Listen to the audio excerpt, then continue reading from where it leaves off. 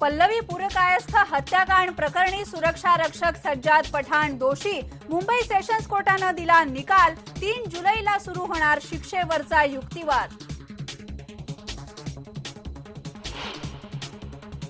फैसले से तो हम खुश हैं, लेकिन हम चाहते हैं कि इसको जल्द से जल्द निपटा जाए। थर्सडे तक हम वेट करेंगे कि हमको तो बिल्कुल डेथ सेंटेंस ही चाहिए। इससे कोई किसी चीज में हमको संतुष्टि नहीं मिलेगी, इसकी कमी हमको नहीं चाहिए इसमें। पल्लवीच्या आईवडिलांनी केली फाशीच्या शिक्षेची मागणी।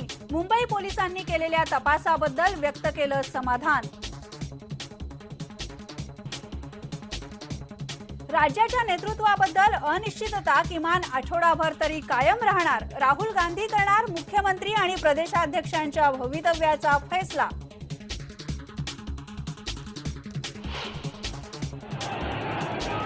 लखनौमध्ये अखिलेश सरकारच्या विरोधात भाजपच्या युवा संघटनेची निदर्शनं।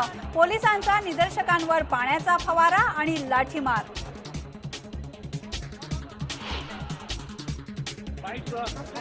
चेन्नई इमारत दुर्घटना प्रकरणी मृतांची संख्या 19। अजूनही ढिगाऱ्याखाली काही जण अडकल्याची भीती। चंद्राबाबू नायडूंनी दिली घटनास्थळाला भेट।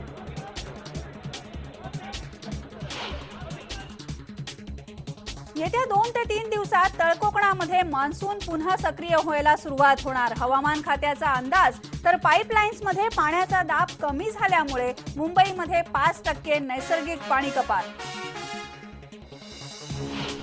5, 4, 3, 2, 1, 0, +1, +2, +3। भारताच्या PSLV C-23 उपग्रहाचं श्रीहरिकोटामधून यशस्वी प्रक्षेपण। PSLVनं वाहून नेले 5 उपग्रह। पंतप्रधान नरेंद्र मोदींनी इस्रोच्या शास्त्रज्ञांचं केलं अभिनंदन।